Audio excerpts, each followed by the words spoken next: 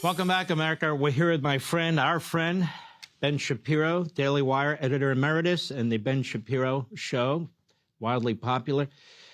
Ben, the man that has escaped all scrutiny for years, and this has been going on almost a decade, what they did to Donald Trump early in the first campaign and then his first presidency, is Barack Obama. And he says, you know, there's never been any scandals during my presidency. I do remember the Tea Party scandal and others. But it looks like he was much more of a Svengali, much more active than he's let on, doesn't it? Well, President Obama was always pretty clever about keeping his hands hidden, allowing other people to do that dirty work for him, ranging from Eric Holder to Loretta Lynch when both were AG. But that December 9th meeting that you've talked about, Mark, the one where he basically called everybody into the room and said it's time to revise the intelligence community assessment to now push the Russiagate narrative.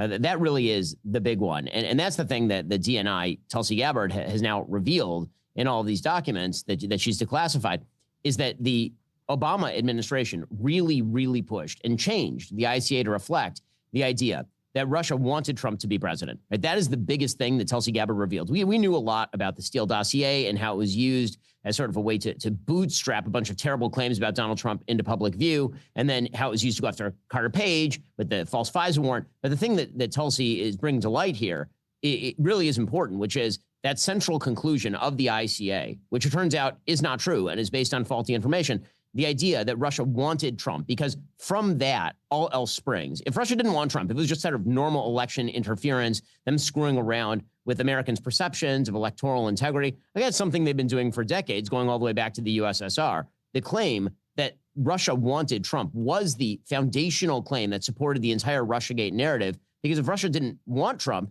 then how do you make the claim that they were colluding with Trump or trying to change the election results in favor of Trump? When you step back and you look at this, Ben Shapiro, this is a massive scandal that involved the CIA, the DNI, the Department of Justice, the FBI, other departments and agencies, other officials and so forth. I mean, have you ever seen anything like this or read about anything like this before?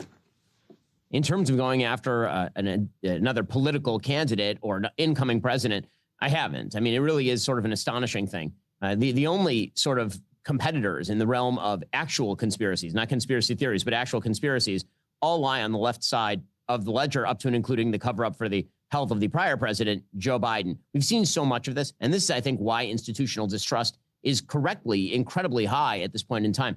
How many times can you have people at the top echelons of the most respected American institutions using those powers in order to go after overtly and covertly political opponents before you start to distrust those institutions at a radical level? And the damage that they did, what's interesting to me here is I guarantee you that there's more of a communication relationship between the Obama regime and the Hillary Clinton campaign than we are led to believe or even know.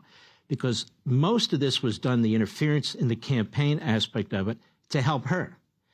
And of course, out of the blue, Comey decides a really open and shut case with her in the Espionage Act and the emails. He just kills it right there in public at a press conference. So they protect her, and then they lie and go after Trump. So I cannot believe, and they use her dossier. Look, she ordered it. She paid for it, her campaign.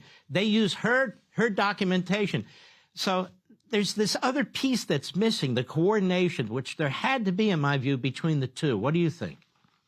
I mean, I'd be shocked if there was no coordination. Now, again, was that done at the top level between Obama and Hillary together? Now, I find it difficult to believe that Obama would show his hand that much, but there's certainly an enormous amount of low-level coordination, because otherwise, how does the Fusion GPS Steele dossier, which is a bunch of nonsense based on third-hand, fourth-hand, and completely false information, how does that end up being the basis for the entire Russiagate scandal, so much so that James Comey presents it to Donald Trump in the Oval Office, and then right away that happens to be leaked to BuzzFeed? The idea there's no coordination going on. Now, there's still a lot of details that have yet to be exposed about Russiagate even years later, and that's why this stuff is bleeding out even now. I want to pursue this issue with Obama a little bit more in our next segment, because he had to be sitting there watching Brennan lie, watching Clapper lie, watch all these lies about Russia collusion. The Democrats in the House are trying to build an impeachment case. They fail. They move on to Ukraine in a perfectly good phone call, but they're trying to build an impeachment case on Russia. And Obama never opens his mouth, not once, and says, wait a minute, this is all a farce. I want to pursue that with you. We'll be right back. Hey, Sean Hannity here. Hey, click here to subscribe to Fox News YouTube page and catch our hottest interviews and most compelling analysis. You will not get it anywhere else.